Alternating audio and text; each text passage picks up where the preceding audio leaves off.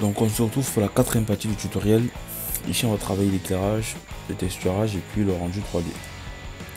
Alors je double-clique ici pour renommer, donc là ça serait orange.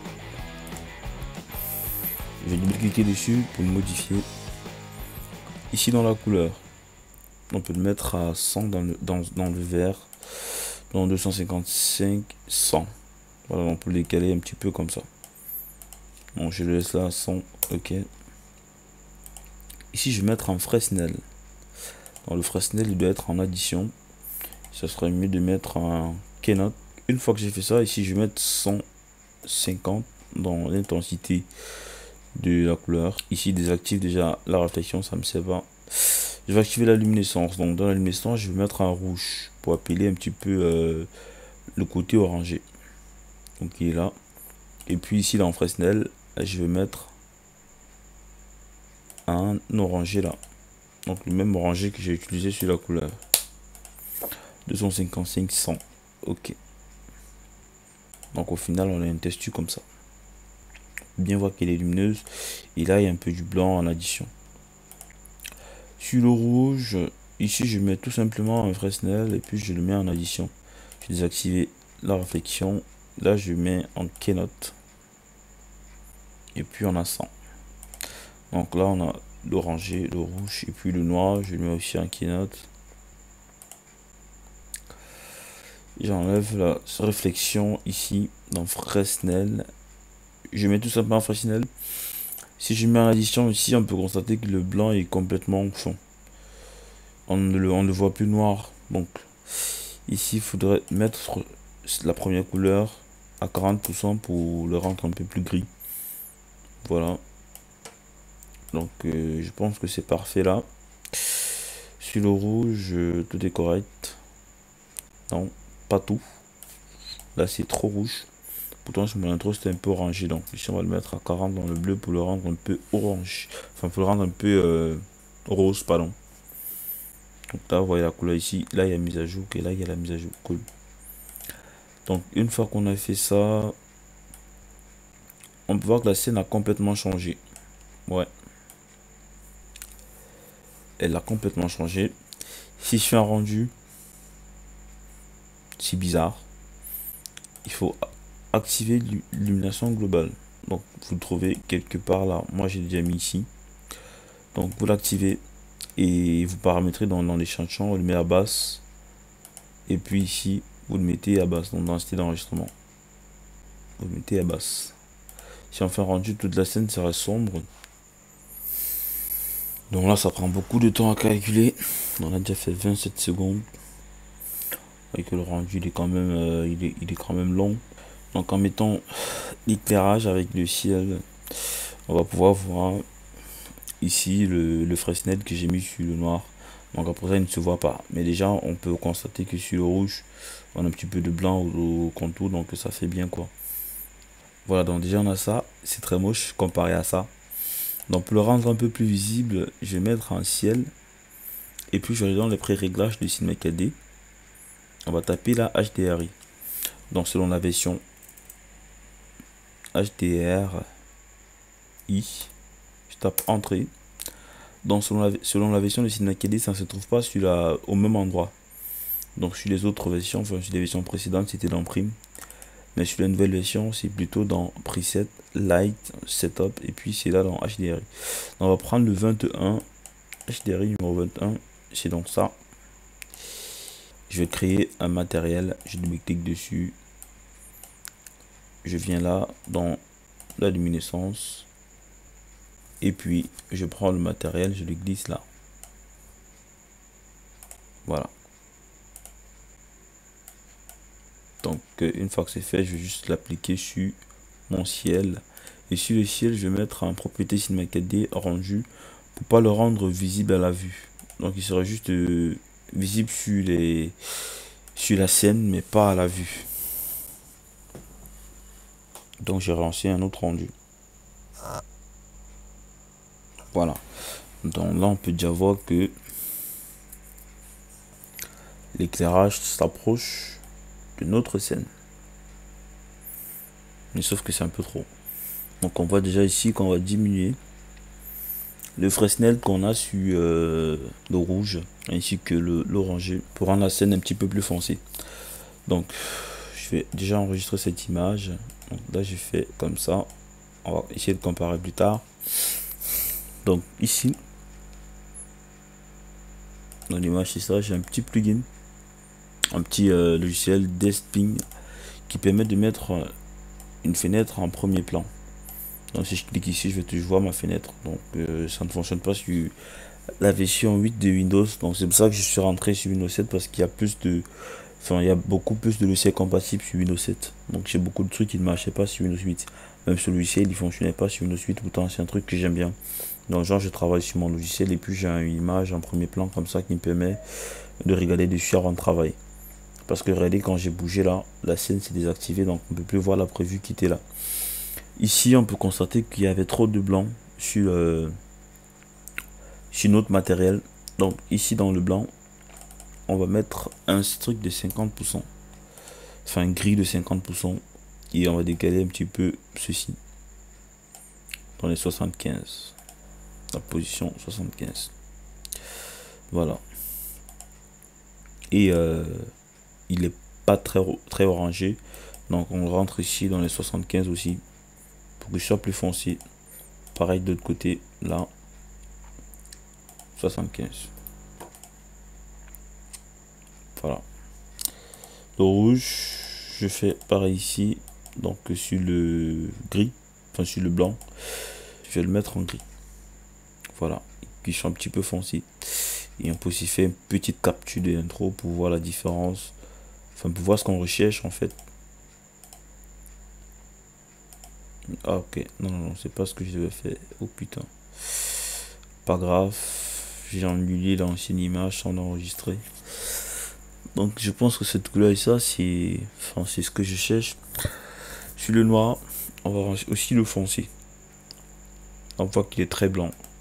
Donc ici déjà je vais mettre 5. Là dedans dans le gris, je vais mettre un gris à 20%. Ok. Donc là j'ai bien foncé mon noir. On voit que là partout il n'y a pas de réflexion. Donc c'est juste sur la couleur. Et là c'est la luminosité. Ici on a un rouge qui doit être à 200%. Voilà, il va être plus lumineux en fait. Donc là je pense que j'ai bien retravaillé le matériau. Et puis le rendu sera différent. Donc on refait un autre rendu, on voit ce que ça donne par rapport à l'image à côté.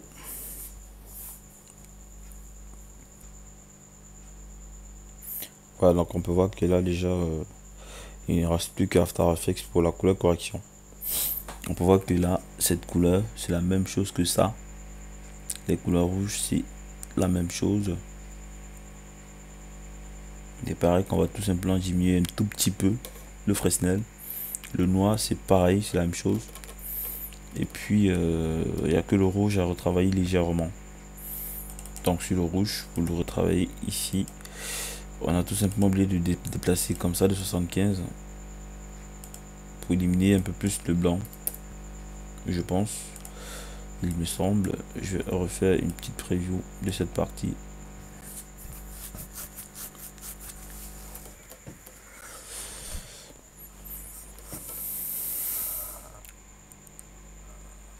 Voilà, donc là c'est plus visible.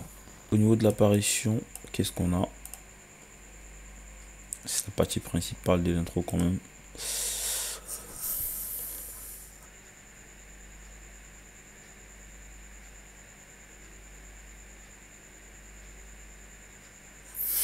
Donc voilà ce qu'on a au niveau du haut. Si j'avance,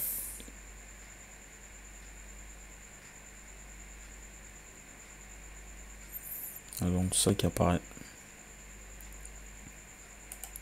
On a peut-être oublié de faire une petite rotation sur l'apparition. Mais même sur le tutoriel d'éclairage, on peut refaire cette partie, il n'y a pas de problème. Ainsi que l'animation des cordes.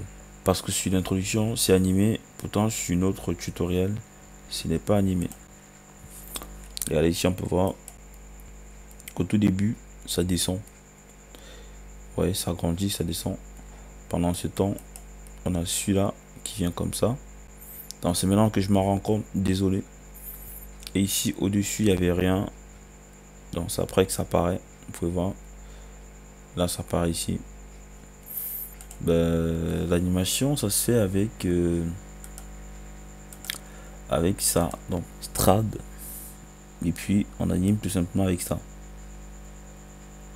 Donc si je mets à 0. Vous voyez. Et moi j'ai décomposé la scène. Par exemple j'ai décomposé comme ça. Et puis à l'intérieur il y avait plusieurs RPX animés. Mais je pense pas qu'on va perdre de temps dessus. Sérieusement. Parce qu'il faudrait pas que le tutoriel soit très long. Donc j'ai juste utilisé ces images qui ici. Pour les animer. Donc ainsi qu'au début. Par exemple ici. J'ai pris celui-là. Et puis j'ai animé le rouge. Donc si je rentre comme ça. On peut voir que à 50. Vous voyez. À 50 il n'y a rien. Donc après si j'avance. Ça s'anime en descendant vers le bas. Donc à 70. Bon là ça vient plutôt du bas vers le haut. Il y a la possibilité de mettre aussi les couvercles des biseaux. Donc ici par exemple dans Stratcap. Ouais, ici vous mettez filet cap et puis filet cap pour avoir un biseau ici. Il faudrait pas trop. Rien ne doit pas être très grand sinon ça va bugger ici. Donc genre mettre 2 comme ça, mettre 2 comme ça. Vous voyez. Peut-être à 5, 5. Et puis là 4 dans les étapes, 4 dans les étapes, ça nous fait un biseau. Vous avez vu. Donc je n'ai pas fait ça parce que voilà. Le tutoriel sera très long. Mais je pense que vous avez compris quand même ce qu'il faut faire. Donc ici comme ça vient, ça commence du bas pour le haut. Il suffit juste de changer. Donc au lieu de prendre la fin, on va juste prendre le début. Donc si je mets le début à 50, ça va commencer. Ça va couper en fait. Attendez, si je monte comme ça. Par exemple à 75. Vous voyez, ça anime maintenant du haut vers le bas. Donc si je mets à 80, ça serait très haut. 90. On est là. Et puis je mets une image clé. Et après je mets par exemple 0. Donc ça quitte du haut et puis ça descend. Donc c'est ce que j'avais fait. Mais là la scène est trop chargée et je vais pas réexpliquer tout ça en faisant l'animation dans ce tutoriel. Sinon il sera très long. Donc par exemple pour les cordes ici, vous avez juste à décomposer comme j'ai dit et animer individuellement chaque partie, c'est comme vous voulez. Donc j'avais oublié cette partie mais voilà, c'est pas grave, je pense que vous avez compris. Et ici sur l'effecteur, là les effecteurs, donc c'est ici les effecteurs du logo. Donc on avait 3 effecteurs. On va aller dans paramètres, on va cocher la rotation et puis roter dans les X.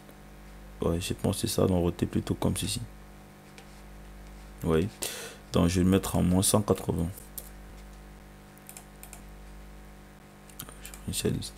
Donc il va venir avec une rotation en fait, vous voyez, ça rote comme ça et puis ça apparaît. Vous voyez, ça rote, ça vient en rotant en fait. Donc on fait pareil pour cet effecteur, l'effecteur du test, qui est ça. On met une rotation peut-être de moins 360 degrés. Donc ça va venir en rotant.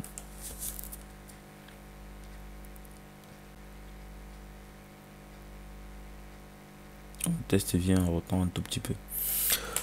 Ok, je pense que voilà, le rendu final ici est propre. Je pense que ça va donner ça.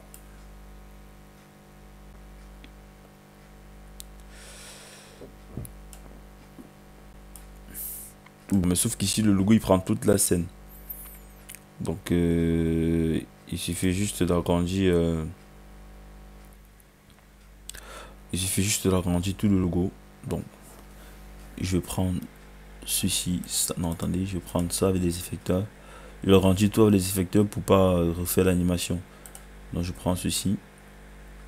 J'appuie sur majuscule, je sélectionne tout ça, je vais déjà les grouper. Attendez, je vais créer un objet neutre, le mettre à 0, 0. Il faudrait que l'objet neutre soit 0, 0 pour pas modifier la position. Donc je prends ça, je prends ceci, non pas ça. Je prends en appuyant sur majuscule tout ceci avec le test. Et puis je vais le déplacer dans un objet neutre qui est à 0, 0. Pour pas modifier la position en fait. Et maintenant, qui sera bien, c'est que si j'augmente l'échelle X et Y, et bah il va augmenter l'échelle de la scène en pas Y et Z, pardon. Vous voyez, il a augmenté l'échelle de la scène.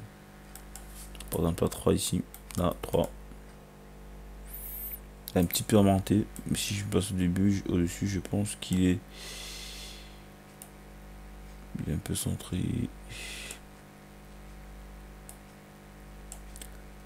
Alors, voilà, je pense que c'est bon. Essayons de mettre un point 3 là, voir ce que ça donne. Il a disparu. Il est tout simplement un tout petit peu en haut. Donc on le descend. Là, c'est juste une technique pour agrandir avec les effecteurs. Si on a oublié, voilà. Il faut tout simplement tout grouper et puis zoomer au lieu de refaire l'animation. Parce que si vous agrandissez, il va falloir décaler encore un petit peu les effecteurs, je pense. Moins 300, c'est trop. Moins 200. Moins 100. 50. 75. Voilà. À 75, c'est bon. Donc, je pense que si je rentre là, il n'y a pas de bug. On a juste zoomé notre logo. Ça en refait l'animation. Voilà, donc il apparaît.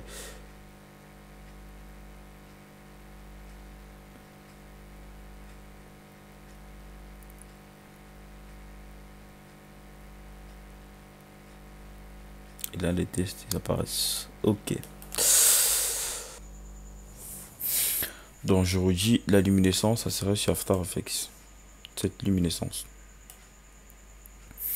Alors, ce qu'on fait, activer la profondeur de champ. Avant d'activer la profondeur de champ, je vais désactiver ce qui bug dans notre scène pour aller un peu plus vite. Voilà, donc j'ai désactivé tout ce qui bug. Ici, je vais prendre la première caméra. Je vais mettre dans objet ici. Je viens dans le mise au point, je sélectionne par exemple ça. Puis je mets une image clé, donc à 0. Je vais activer à la vue. Et puis je fais une preview, donc j'enlève l'illumination globale. Ici, je vais mettre une taille dans les 360. Là, dans l'image, je vais mettre image, tout simplement. Donc, image courante. Donc, si je suis par exemple à 120, ça serait 120. Et ici, dans les multipasses, je vais rajouter la profondeur. Il est quelque part là. Donc, moi, j'ai déjà mis. Et je vais tout simplement activer les multipasses et activer la profondeur. Donc, si je fais un rendu, ça va nous faire deux rendus. Donc, ici, dans le calque, je peux voir le calque de la profondeur. Donc, on voit qu'ici, c'est net. Et là, ça devient flou. Alors, ici, je rentre. Je peux prendre, par exemple, ça. Je mets une image clé. J'avance. Ici, je prends ça. Je mets une image clé. J'avance. Ici. Attention, on va désactiver la mise en scène. Mise en scène, on va la désactiver. Ici, à 80, je mets une image clé, par exemple, comme ça. Et puis, je prends la distance de mise au point. Et puis, je mets une image clé. Alors, ici, au début, je vais activer mise au point arrière. Et puis, je vais désactiver sortie de la caméra pour voir à quel niveau. CTRL majuscule Z. Je vais juste dézoomer un tout petit peu. Et puis je déplace comme ça. Voilà, donc cette caméra, on va masquer les autres caméras pour voir uniquement la première caméra. Donc là, cette partie, je veux qu'elle soit nette et tout le reste soit flou. Donc ça, c'est la première, la mise au point. De 0 à 1000, c'est ça. Donc de début à 1000. Ici, je vais mettre de début à 1000. Et puis la fin, je vais le mettre à 6000.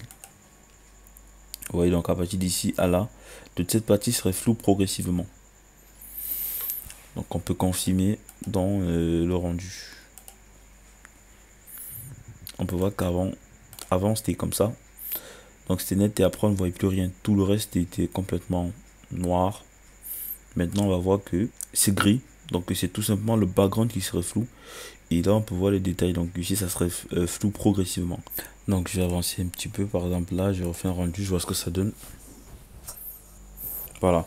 Donc on peut constater qu'ici ça serait complètement flou. Là c'est flou progressivement. Ce qui serait bien c'est de mettre des images clés ici. Donc là je mets une image clé là. Ici. Je vais diminuer la fin par exemple à 3000. Et ici le début je mets à 500 parce que je me rapproche de l'image. Je remets une image clé. Enfin je refais un rendu pour voir ce que ça donne.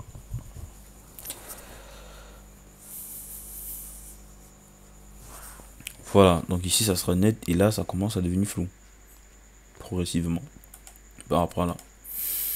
Alors, ici on peut laisser le même paramètre, il n'y a pas de problème. On passe à la deuxième caméra et là on va faire pareil. Je vais désactiver ici à la vue et laisser seulement ça. La deuxième caméra je mets au début, ici dans objet, je prends une vue comme ça. Je mets une image clé, j'avance à 100, je prends ici une vue propre, enfin la vue qui serait propre. J'avance encore à 150, je prends ça, je mets une image clé et puis je viens là, je paramétrer tout simplement 300 à 3000 parce que c'est proche. Voilà, ça serait mieux 500. Donc au début on aura un flou comme ça. Voilà, on voit que ici est net et là ça devient flou, mais il faudra augmenter encore un petit peu la profondeur parce qu'ici on a plus de détails. Donc là c'est, mettons par exemple 750, là 4000, attendez, 4000 là, ici 750. On va mettre une image clé au début, on le met à 6000 comme j'ai fait au départ. Non, parce qu'il y a plus de détails ici, donc ça permet en fait de voir les détails du fond. Voilà, 6000 ça serait trop, on va mettre 5000. Voilà, image clé, on fait un rendu. Voilà, ici à 150, il est à, attendez, là c'est 4000, ici ça se rapproche, donc on peut toujours laisser à 4000, il n'y a pas de problème si je fais un rendu. Voilà, ici ça devient net et tout le reste ça devient flou, donc tout là derrière c'est flou. Ici ça serait net les particules noires. Ok, maintenant la troisième partie, troisième caméra, pardon. Ici, dans objet, je prends les parties qui seraient visibles net. Donc je mets une image clé, j'avance à 225. Ici ça serait le centre qui serait visible. J'avance là, le centre serait visible. Je mets une image clé, j'avance. Et là, le centre serait visible. Je mets une image clé, j'avance. Là, c'est visible. Je mets une image clé, j'avance.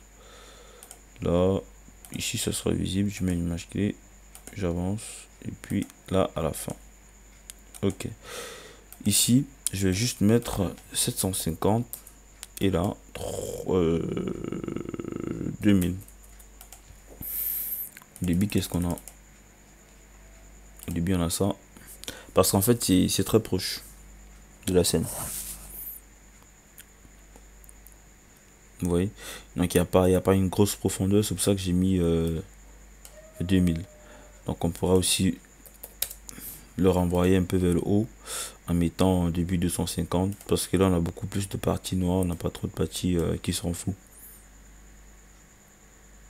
Voilà. Et puis, je mets une image clé. Hop, hop. J'avance à 225. Je vois ce que ça donne avec un petit rendu.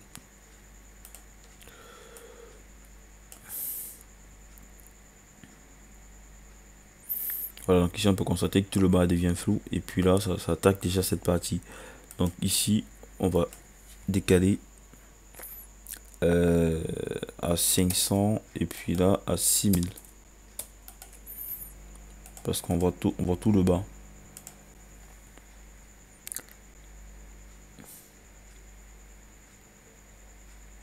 Voilà, donc ici ça sera net, toutes les parties qui sont noires seront nettes. Et là en bas ça commence à être flou. Ok, ok, on avance ici, ça se rapproche de la scène. On peut mettre ici 300 parce que ça s'est rapproché. Et là 4000. Remettre une image clé, hop, hop. Voilà, donc toutes les parties qui sont noires seront nettes. Et là, derrière, ça serait flou. Ici, c'est légèrement flou. J'avance. Là, on peut laisser le même paramètre ici. Donc là, si on laisse le même paramètre, on va mettre des images clés. Là, ça c'est des calls de la scène. Donc, on met 750 pour toujours cibler la scène. Et 5000 ici pour le bas. J'avance image clé. Là, on peut laisser le même paramètre, il n'y a pas de problème. Voilà, ici, on peut voir que c'est parfait. Donc, pour ceux qui ne comprennent pas la profondeur de champ, regardez sur le tutoriel précédent. Je pense que là-bas, j'ai bien expliqué. Ou sur YouTube, il y a beaucoup de tutoriels qui expliquent la profondeur de champ. Je ne vais pas faire un tutoriel. Je ne vais pas réexpliquer la profondeur de champ dans chaque tutoriel. Ça va plus prendre du temps, je pense. Voilà, donc on a paramétré la profondeur de champ pour toutes nos caméras. Et puis maintenant, on a juste à l'activer ici pour l'exporter. On va activer aussi la luminescence. Je ne l'ai pas mis là. Donc la luminescence des matériels. La luminescence, c'est quoi? Quand je fais un rendu, vous allez voir que le bleu, enfin les parties jaunes seront visibles sur la luminescence. Donc ici, le fuzz killer, attendez, assurons-nous que quand le fuzz killer arrive, la caméra est très proche.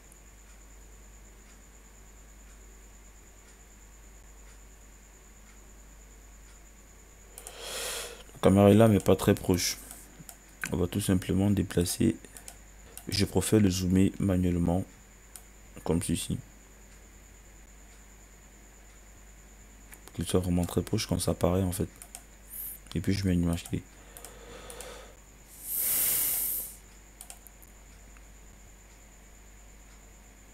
Donc là ça rote.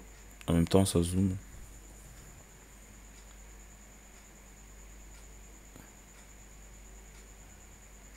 Bon, ça ne doit pas trop juste sur la profondeur, donc je pense que c'est bon. Et que là c'est très proche et pendant ce temps, fait ce qu'il apparaît. On va vraiment diminuer son effecteur de délai.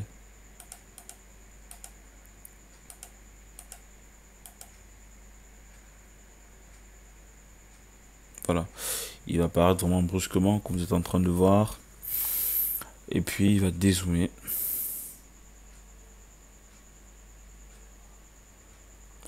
Pour annoncer la fin.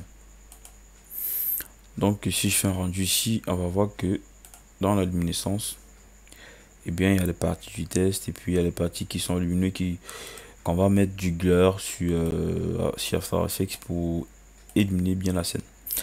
Illuminer bien la scène. Donc maintenant on va activer notre illumination globale. Ici le rendu on va le mettre en faible, comme ça serait très rapide parce que il n'y a pas de réflexion, donc à faible c'est parfait. On n'a même pas besoin d'illumination, l'occlusion ambiante, ni des ombres, ni du flou. Donc on peut tous les mettre à 0. Et là, dans la sortie, on met en... Non, je ne vais pas mettre en Full HD 540. Toutes les images, en fait, de format, on sort le format en fonction de où la vidéo doit être diffusée. Donc moi, je ne vais pas diffuser ma vidéo, donc je sors un format très léger pour avoir un rendu très rapide. Donc ici on coche l'enregistrement, on va le sortir en 16 bits, dans les 108 bits. Ici on va créer un dossier d'enregistrement, donc le dossier sera rendu et donc dans le dossier rendu je mets le nom du fichier 02, donc ça sera l'intro 02 et là ça serait les passes avec un S, avec 2 S, pardon. Voilà, et ici on coche la caméra, donc là pour l'enregistrer il y a un tutoriel qui explique comment exporter ses coordonnées des Cinematic 4D. Voilà, pour la version RSS vous avez juste à faire la mise à jour du plugin d'exportation. Donc là, on va tout simplement lancer le rendu final. Vous voyez que c'est propre, il n'y a pas de problème d'anti-aliasing. Attention, erreur à ne pas commettre. Quand je lance le rendu, je me rends compte que ça ne commence pas au début. Donc c'est parce que j'ai oublié de cocher la mise en scène. Donc quand je coche la mise en scène, ça va contrôler toutes les caméras. Et ça serait surtout mieux, avant de lancer un rendu, ça serait mieux de faire d'avoir un aperçu du logiciel. Ne pas l'enregistrer. Donc là, c'est toutes les images. Et puis, fait un aperçu du logiciel ou fait un aperçu matériel. Là, avec lui, il est plus clair, je pense. Voilà, donc je coche ici l'OpenGL. Ici, dans l'anti-aliasing, je mets 8.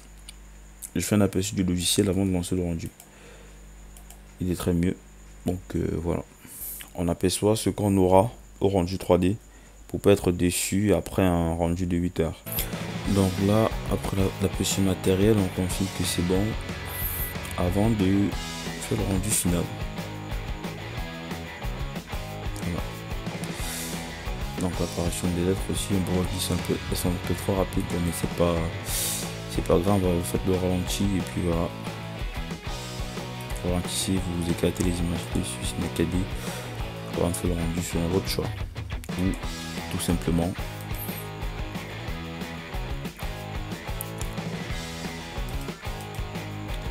localiser l'effecteur qu'ils utilisent et puis aller dans l'effecteur, monter son intensité pour essayer de ralentir un peu l'arrivage. Bon là moi je l'ai mis à 62, je peux refaire une preview, donc on va l'enregistrer comme ça et puis lancer le rendu final. Donc le rendu final, on rentre tout simplement en mode physique. Là on met PNG, on active ici, on met le fond transparent, tout est correct. Il ne faudrait pas se tromper surtout quand c'est le rendu final. Il faut vérifier que tout est bon. Là c'est parfait et la mise en scène cochée, voilà, on enregistre à nouveau et puis on lance le rendu final. On demande de remplacer, il n'y a pas de problème.